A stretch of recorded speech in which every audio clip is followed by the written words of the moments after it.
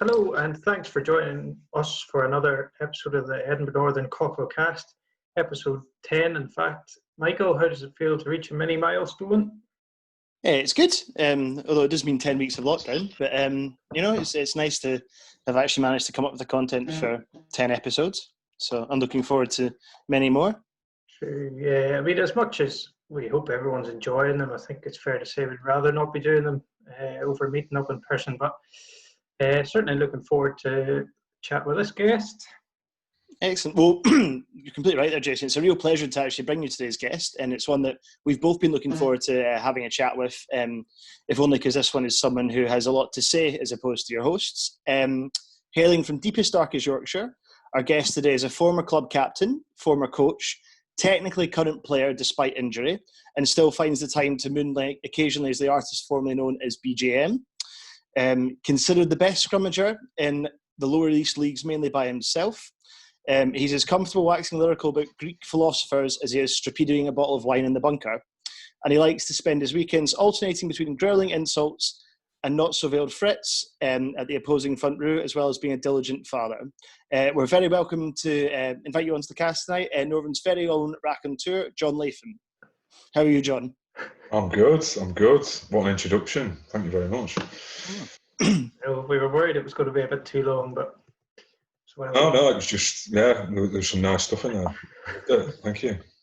We'll get on to some of those, I'm sure. But firstly, what have you got to drink with us? I'm on a Timmy Taylor Landlord tonight. Well done. I keep a nice stock of. Raiding it. Very good. I had to go for the occasion. I have a Theakston, an old peculiar. Michael? I have a plunged orange pale ale, a summery drink for a summer's day. Are you enjoying the old peculiar? Because it's Marmite beer, I think that. Yeah. You're either into it and you like women with hairy armpits and shit like that, or you just sort of think, why would anyone drink this? I'm in the latter category, I must confess. I tried it. I think I might even have had a period of time when I pretended to like it because I thought it was cool, but hand on heart, it's fucking minging. Yeah, I mean, I could see how you could get there. I mean, it's not too far from stout. I'm feeling at the minute rather the stout I would drink. So, but yeah, probably not one I'll rush out to buy another one of. So, firstly, John, your lockdown situation, how are you managing? Trying to get on with it, really. My wife Kathleen is still working. She's working from home, so she takes the bedroom Monday to Friday and sort of beavers on with her work there. I've got 2 kids, 7 and 5, who I'm trying to homeschool. Which is, I sort of tried to be very enthusiastic at the start. I'm probably a bit less enthusiastic 10 weeks on, but yeah, we just try and give us a bit of structure to the day. I sort of crack on and try and get that done in the mornings, and then we sort of play a bit in the afternoon. I'm self-employed as a property investor, but I'm not really wanting to dive into the property market in the current pandemic. And I'm very fortunate that I sold out of my last project the start of March, actually. I'm just incredibly lucky that I did that. So I don't need to buy to sort of have access to funds at the moment. So yeah, I'm quite fortunate. I'm teaching my kids, trying to keep fit, trying not to get pissed every night like everyone else. Bored shitless. Fantastic. You mentioned the homeschooling, actually. I think you're the first person who's actually told us about that. Do you get to decide the curriculum, or is it kind of set stuff by the school? So, school. So Charlotte isn't at school yet. She's going to school in August, hopefully. So I kind of just do stuff to keep her entertained. Sorry, that was my wife. Yeah, there's cool. So yeah, Charlotte and indoors. she's really good at like this sort of plastic connects, which is like sort of Meccano type thing. So I sort of keep her involved in that. And then the school send me work for Henry to do, and I've got to like send photos of what he's done. Then it gets marked and sent back. So yeah. It's not very exciting. I have to be honest. At all. No, I can imagine. It's a good way to go into it. What's talking about schooling and stuff? What's your backstory? So we obviously touched on in your intro that you're from Yorkshire, but in terms of your background. I was born in Wakefield in West Yorkshire, and I attended Queen Elizabeth Grammar School, Wakefield. And I suppose in terms of rugby, I think my first introduction to rugby was actually at a rugby club just down the road from where I live, Sandal. I was into football as a kid, and kind of still am really. But sort of 5 to 7, I was playing football, and then my dad, who was a rugby player himself, sort of thought I was maybe getting too into it, and said, like, we're going to take you down here rather than go play football. I think I cried all the no, go football. But then you could get twice as muddy playing rugby, and quite enjoyed it. But the school I went to was pretty serious on the rugby, and I was very, very fortunate to go there in terms of the education I got and the education in the game. So yeah. Fantastic. And then what brought you to Edinburgh? I was promoted for work. Before I was self-employed, I was a chartered surveyor, and I was offered a promotion up here, and it was more money. And I knew Edinburgh. My mother was from Edinburgh actually, so I used to come up here a lot as a kid. I always quite liked it. I've been on a couple of stag do's up here, a couple of rugby tours, and that sort of appealed. So I took the job, and then found out my wife was pregnant. It was all came along in a rush, really. But that was the reason for moving up. So you mentioned a club or two there. Could you run us through your previous clubs then? Yeah, so I played junior rugby at Sandal from 7 to 11, and then stopped. It wasn't sort of like encouraged, but when you got to senior school at the school I went to, we started playing there. I think at 8. I think we started playing at school, 8 or 9. I can't 100% remember. But when you got to the senior school, which is like sort of S1 or whatever up here, they kind of didn't really want you playing for clubs on a Sunday. They just wanted you playing for the school on Saturday. So I jacked that, and I only played for my school until I left school. I then had 3 fantastic years at Castor University, and I then sort of dipped out of the game a little bit. I was always a Leeds United fan. I always used to have a season ticket at Leeds, and when I left university, I sort of kept that on, and really just played socially. I played for a team in Leeds called Leo's, and for a few years I was sort of playing for their 4th team, occasionally for their 3rd team, never training, just sort of going to Welling Road one week, and if Leeds were away, I'd maybe do a game if I wasn't getting drunk somewhere else. I was pretty casual. And then I was getting married, and I realised I wasn't in tip-top nick, weight, fitness, everything wise. I just started going to training, really to get fit and get in better shape for the wedding. So it was like about 15 months out from the wedding. And I'm training because I hadn't been regularly. It was like brutal. Doing a pre-season, having not done one for a few years, was absolutely horrific.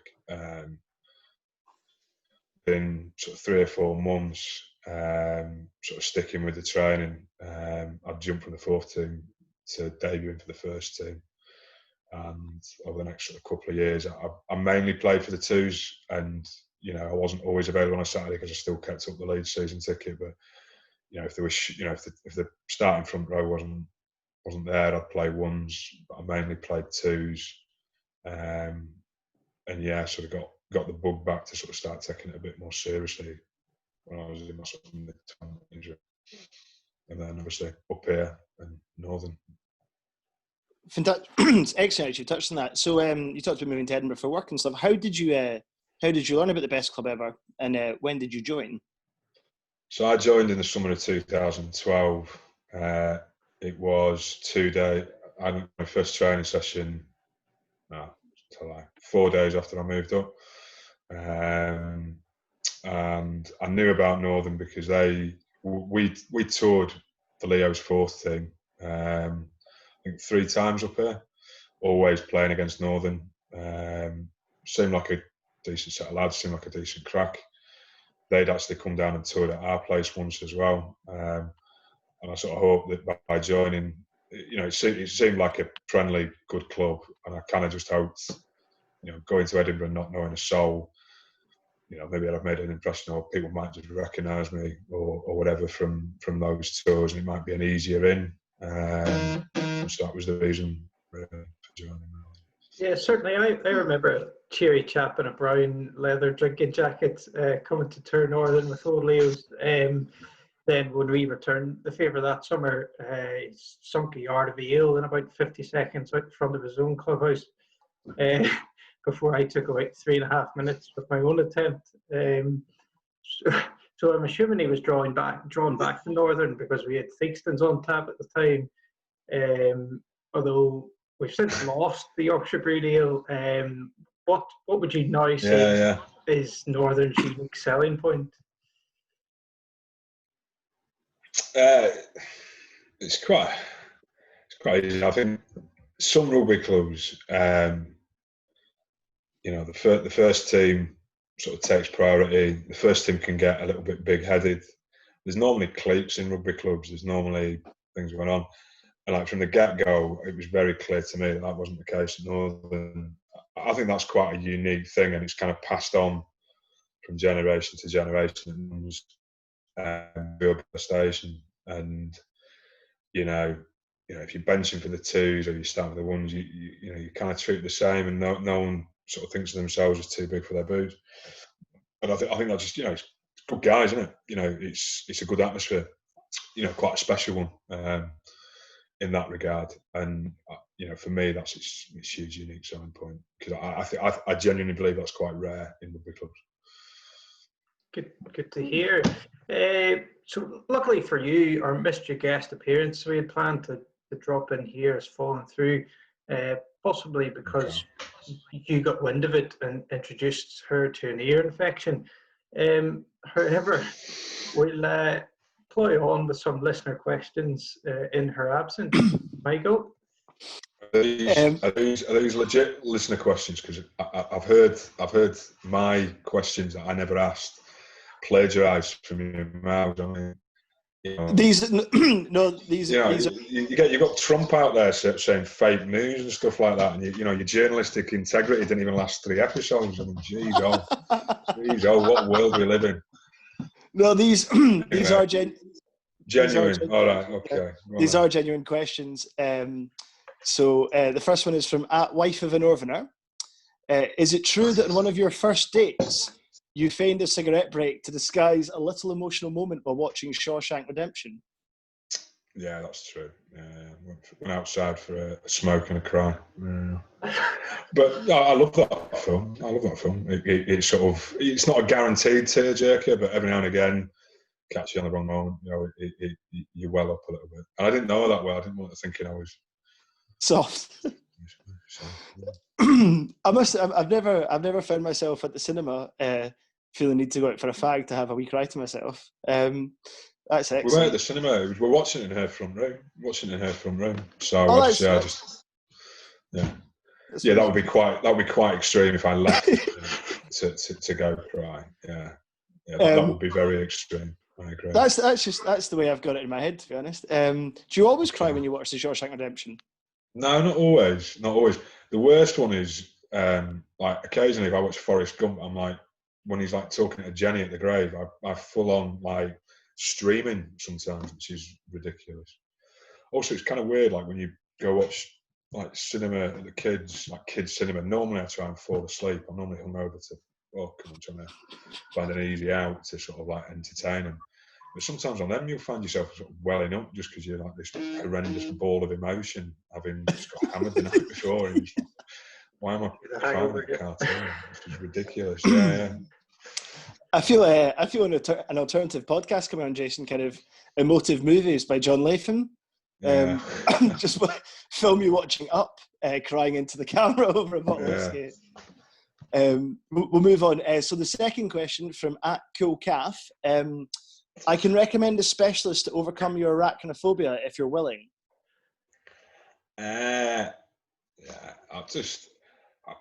It's a pretty common thing to not really like spiders. I think it depends who's on them. Cass seems to be fine or happier dealing with them than I am. If there's a spider, she'll sort it out. And if there's someone there to do it, I'd rather not, because I definitely don't want them touching me or anything. But I think if there's someone who had it worse than me, I'd probably step up and have to get involved. But yes, no one likes spiders. I'd sort of say fear of spiders is far more normal than love of spiders, if that makes sense. If someone says to me, "Oh, I love spiders," like, you're obviously weird as fuck, aren't you? You know what I mean? It's not a normal thing to like. I can't do rodents, I'll be honest. We're trying this thing with Jack at the minute, where all the wee typical things you'd be scared of, spiders. We don't see mice around here, but to try and not introduce the fear element. But he's picked it up from somewhere. He'd scream at it. I think it's spider sting's primordial. It's the way they move, man. There's something in our DNA. We're not liking them. Yeah, I'm not a fan at all. As I say, if there was someone more scared than me, I'd like to think I can sort it out. But Kath's not bothered by them, which is ambivalent. So let her deal with it. No, it's quite. I never had you down as being afraid of spiders, because I've seen you take on some pretty ugly specimens in the front row, and not even blinked an eyelid. But to be brought to a quiver by your average household spider. I'm not shrieking in the corner, going, "Get away from it!" I'm not like that, but I'm not into them. I'm like, let's get that out of here. I don't want to sit here while that's over there. Climbing on the walls. No, excellent. We'll move on to back to rugby and away from arachnophobia. So you've been at Northern since 2012, so that's 8 years. So do you have any kind of, I suppose, favourite victories, seasons? A couple of examples would be excellent to hear about kind of the real standout moments for yourself over your time with us. There's quite a lot of games that sort of stand out. I suppose there's two that instantly sort of come to mind. Number one is my first season there when we beat Dalkeith at home. I'm glad we got that on video actually, because that first scrum, it was the old rules where it was the hit. So you needed all 8 guys in the pack to sort of. We've all got to hit together. You know what I mean? We've all got to go with one purpose. And they were a big fucking ugly pack that year. I mean, we had a big pack. Don't get me wrong, but they, big fucking ugly pack. And they were top of the league, I think, at the time, and they were bullying teams, and they put something out in like a local presser or something like that about how, it was basically like a massive jerk off about themselves. Like, we're all doing really well, and it's all local players, and aren't we fucking great? And I'd heard from a couple of lads that they're meant to be quite a big dirty side or whatever. And I that year I thought we had a cracking pack, and I fancied us to be the best pack in the league. So I was really looking forward to that game. From the get-go, we just absolutely, that first scrum, we drove them back 5 yards, we absolutely smashed them. We never took our foot off their throat the whole game. It wasn't a pretty game, but I think we ended up winning it by 7 points or something. But we were 20 points, good value for a victory in my mind that day. Like we just, the big bully boys got bullied, and then they pissed right off afterwards and have a drink with us because they were so fucking ashamed. So it was nice, yeah. But so that's number one. Obviously, my year as captain, I remember probably a bit more than other seasons. Mainly because when you win as captain, it feels better, and when you lose as captain, it hurts a bit more. That's always my sort of line. But there was one win as captain that sort of stood out as like a bit of a. I thought we had quite a good year. My year as captain, we ended up 4th, but we were in the promotion hunt for a while out of East 2, which would have been a big deal. Sort of tailed off at the end, as you do sometimes. But we beat Inverleith at home 12-11, which was the 5th league game of the season. But we'd had a really good start that year. I think we'd started pre-season earlier than normal to try and be as fit as we could be. And we beat Ross High, bonus point victory, Liberton, bonus point victory. I mean, Ross High ended up getting promoted that year ahead of us. So, that sort of puts into context how good a result that was first up. But we kind of lost our way a little bit. We lost in the last minute to Broughton the next game. I wasn't playing in any of these. I cracked my rib, so I was out injured. And my first game was against Langham, which was the next game. Where I think we lost. I can't remember the score, but we lost 3 tries to 1, and we were better than them. We got a bit of a naff ref, but if we're being honest, we let in 2 really soft tries that day. So we're 2-2. Cup game home to Inverleith, who the year before had beat us 36-0 at their patch, and were valued for a 50-70 pointer that day. They absolutely bullied the tits off us, and nobody had a good game, and it was embarrassing. Really, really embarrassing. We've got a cup game. We've got a pretty scratch side out. I think we had Greggy Cranston on one wing and a lad called Grant Davis on the other, both of whom are forwards. But it didn't even matter that we had forwards on the wing, because they just played one-out rugby and won the game line battle the entire time. And I was watching from the bench. We lost 50-odd 17 at home in the cup, and they took the piss out of us, and they won the arm wrestle. And the fact we had 2 forwards on the wing didn't matter at all, because they beat us in the trenches. And it was like Jesus. We've had a good start to the season, and we've had a couple of iffy results, and then we've just chucked that out there, and we've got them at home in 2 weeks in the league. So, helping with the coach at the time, Mike, I sort of said, right, rip up everything we're doing for training. All we're doing for 2 weeks is preparing for that game, and we put the 4 sessions in, lots of murder ball, working on the double tackling at the fringes.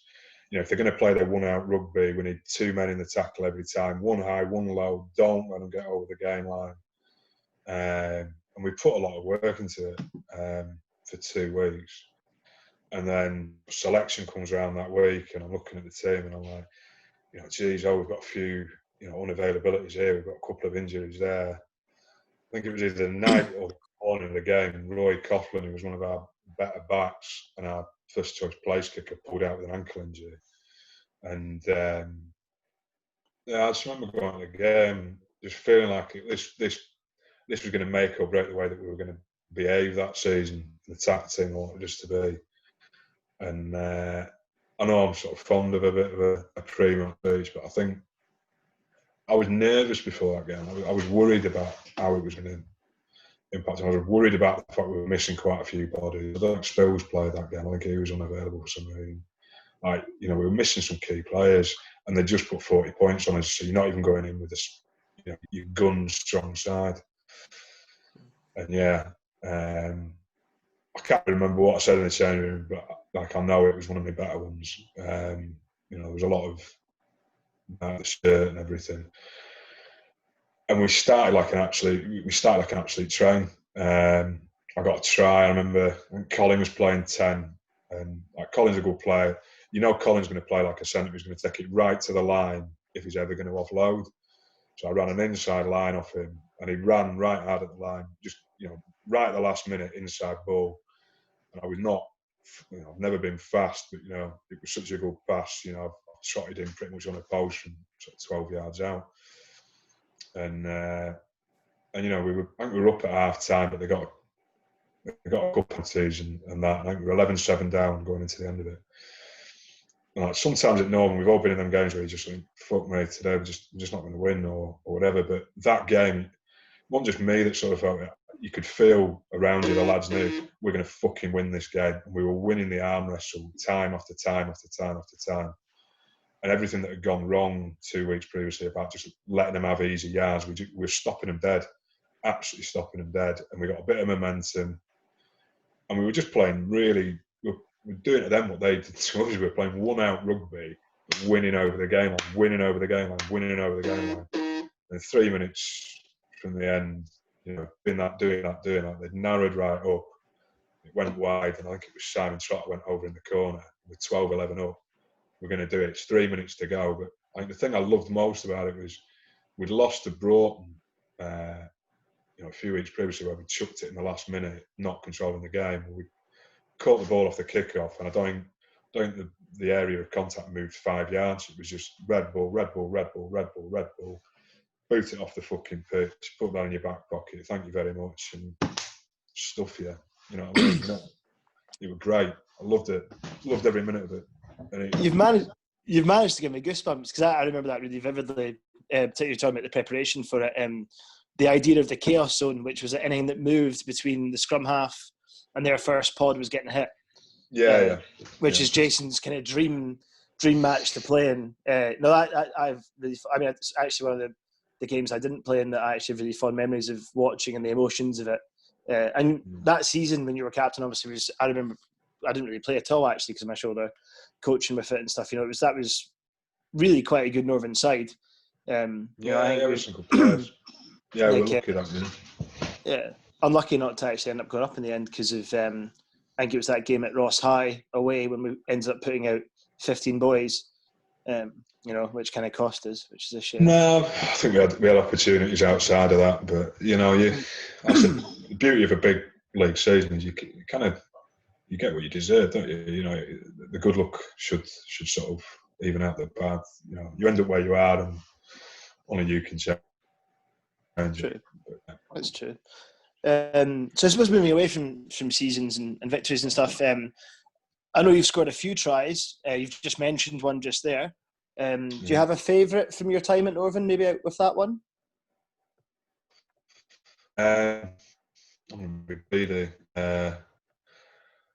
scored first season there. I scored a hat-trick against Ross High away, which not my only hat-trick, I must add, but bragging. But I think it kind of, I kind of felt like in terms of my sort of rep at Northern and how I was rep as a player, it kind of helped put a bit of a stamp in terms of I've arrived, you've got a player, how you doing, boys, sort of type thing. And like the first try off, it was actually like quite a good one because it was from more than 15 metres out. I think we'd turned over a scrum or whatever, they'd mucked about with it, a bit of a ruck. And I was just first receiver, and it was just like, no, through, hand the boys on my way into the corner. But yeah, I love that game. We beat them 85-0 or something ridiculous that day. And like they weren't a very good side, but they weren't an 85-0 side. But everything we touched that day just went brilliant. So yeah, and I got an hat-trick. So it was a nice day out, and one I can remember. So yeah. I certainly remember getting one that day, which must have meant it was something special. So away from the pitch, then you must have a couple of good Northern nights out that you remember. Could you talk us through a couple of your favourites? Christ. I mean, good nights out. You only remember bits and pieces, and they fade longer after time. But the night at Northern I've always enjoyed the most, personally, Burns night, because I never did anything like that. I moved to Edinburgh. I quite like it. It's one that you can do with your partner, and yeah, it's a really nice thing. I love the time of year it comes, end of January.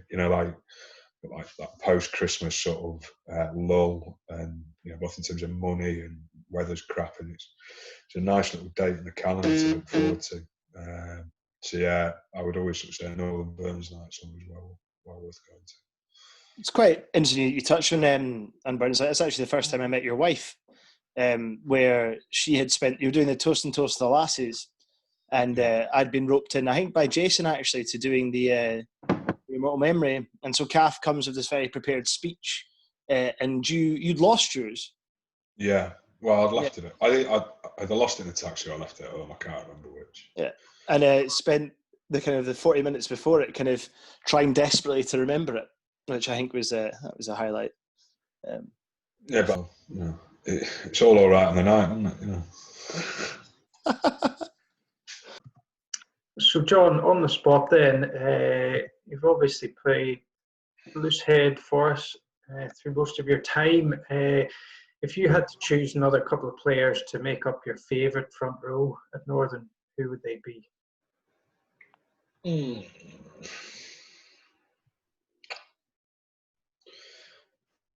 Hook was pretty easy, actually. I haven't played with him enough, but I think Sam Shelley's probably the best hooker I've played with at Northern. Does all of it really well. Good scrummager, got a good line out, you know. His ball carrying's superb. I think he's just a positive influence on the pitch, just always round, actually. So yeah, he'd be my hooker. Yeah, and I think that's quite an easy one, really. Tight head, obviously I'm loose head, but tight head is that's tough. There's probably qualities in a lot of players. Some of whom are playing now, you know. I know it's not his natural position. I've always liked Kit to be on the pitch, if you know what I mean, if he can be, because I think he offers us a lot of go forward and just, you know, old school strength and just, you know, he's a good player. You know, Dougie on his day is a cracking player and can offer a hell of a lot. But I'm going to say, and it's like mainly, to be honest, the last season I played with him, where I really started to appreciate his talents, was Stampy. You know, he might disagree with this, but my perception was that when we used to attack scrums, you know, it was back when if you turned them 90, you got the ball back instead of them having the scrum or whatever. I was the attack man, and Stampy was the sort of the immovable kind of object on the right hand side, and it always used to pivot on my side, and maybe we'd nick a few balls that way. And I just looked at him as just sort of solid, maybe defence not fantastic, maybe ball carrying not great, but like personally, I think it was the last year I played with him, I thought his scrummaging just got, like, he was like a fine wine. He got better the longer I played with him. I thought his scrummaging at the end, like, it wasn't my side, the attack side. Like, you know, he was doing opposite men, and yeah, I thought he got better and better the more I played with him. Which, if we're honest, as you get older, it tends to be the other way around. And you know, I think he's still playing now. So yeah, I'd put him at tight head. Certainly, yeah. I find it hard to argue with John at tight head. I mean, he certainly puts it about in terms of ball carrying as well, and yeah, like you say, still going. So then on to your rugby influences. So were there players that you sort of looked up to or enjoyed what they offered? I'll be honest, I was a football fan growing up. I played rugby because I was better at it, and I enjoyed playing rugby. But I was always miles more interested in watching football growing up. So, I can't stand here honestly and sort of say, as a kid, this person influenced me and made me want to play more rugby. I think players that I've appreciated, are always going to be in the position I play, perhaps. I always thought Jason Leonard's career was, you know, obviously the amount of caps he got, but the transition from amateur to professional rugby and still to be able to hold down an international position, you know, he's pretty awesome. Because I think he was sort of just an old school kind of guy, to sort of keep up with that level of athleticism when it probably wasn't in his nature. I think was pretty impressive. But so it's a tight head prop. He's probably the prop I think is one of the most underrated. Is Jones at Wales, Adam Jones. So he was like a scrummaging sort of specialist, if that makes sense. He wasn't a big ball carrying prop. He wasn't one of these new sort of flash props where they want you to do whatever they do. And there was like some interview with him, and it was like, what's your sort of objective when you're going out there? And it's kind of like, do my basics and hit 40 rucks. And it's like, hitting 40 rucks in 80 minutes, that's hitting a hell of a lot of rucks. And it was like, I admire that in players, and I think all of us admire that in teammates. Someone who's just got a work ethic and an appetite for the non-glitzy work, so yeah, I'll say. Fantastic. I mean, it's quite interesting you point that out. Actually, you've obviously probably seen that kind of position of prop evolve. Yeah. From your big, heavy, fat lump to a genuine specimen. How do you feel that it's been replicated during your own playing time in terms of that? Have you noticed it, or is it still kind of much the same? I think. Obviously, my sort of physiology has changed over the last sort of few years, but it doesn't really seem to have made any difference really to scrummaging. I think it's probably an age-old thing. If you go back to the 80s, and there are lads that are 40 and there are lads that are 20 in the 80s, even though it's a totally different game, scrums are totally different. Like the old boys get the easiest ride of it, and they sort of ride, much harder back in my day. And I think that's kind of like that's kind of the yarn that everyone who's sort of coming towards the end of it tells the younger people, it was tougher when I, whatever. It's tough because you've not built up another 15 years worth of all the little muscles that do this job all the time. Experience is not because you know what you're doing more. It's the fact that you maybe had 1,000 more bloody scrums than the next guy, and it's all those muscles and all those experiences. And getting beaten scrums teaches you far more than winning them will ever do. The only thing I'd say is that rather than, and even at our level, certainly at first team rugby, I probably have an easier scrum coming up against, and we do it with our own players. People get shoehorned into the front row because they've got less fit, not because they're natural props. And so you end up with some flanker when he was 18, but all he's done is like eat and wank for 4 years, and he's now 22 and he's too fat to fucking play anywhere else. And funnily enough, he's soft as shit now as well because he hasn't really been working out. So yeah, feed me one of those at first team level or whatever. Absolutely delightful. Thank you very much. I'll just hit dough all day long and look like a hero.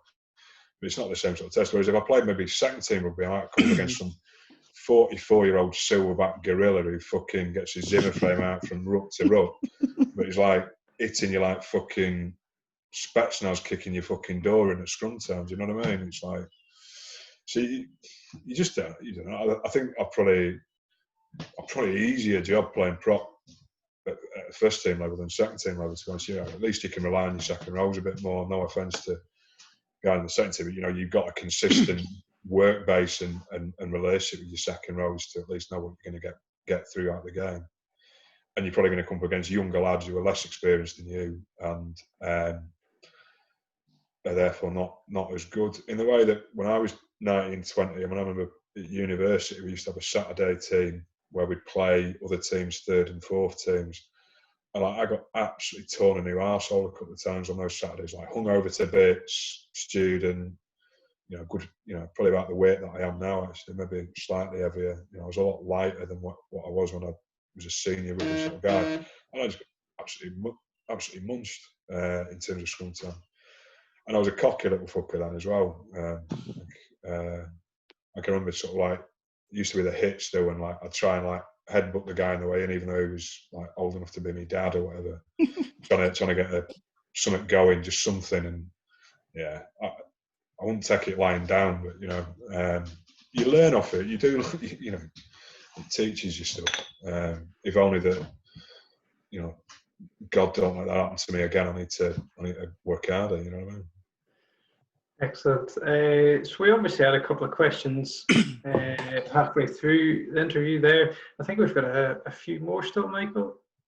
We do indeed, this time from the Northern Playing Body. So the first one to you, John, is at DMS_special agent. Can you explain your hatred of craft ale? And would you ever sacrifice and drink it if nothing else was available? Yeah, I mean, if there was no alcohol and that was the only alcohol, well, yes, I would drink it. You know, we could really go down the rabbit hole on that question, to be honest. If there was nothing else and you wanted to drink, but craft ale is just wank. It's not.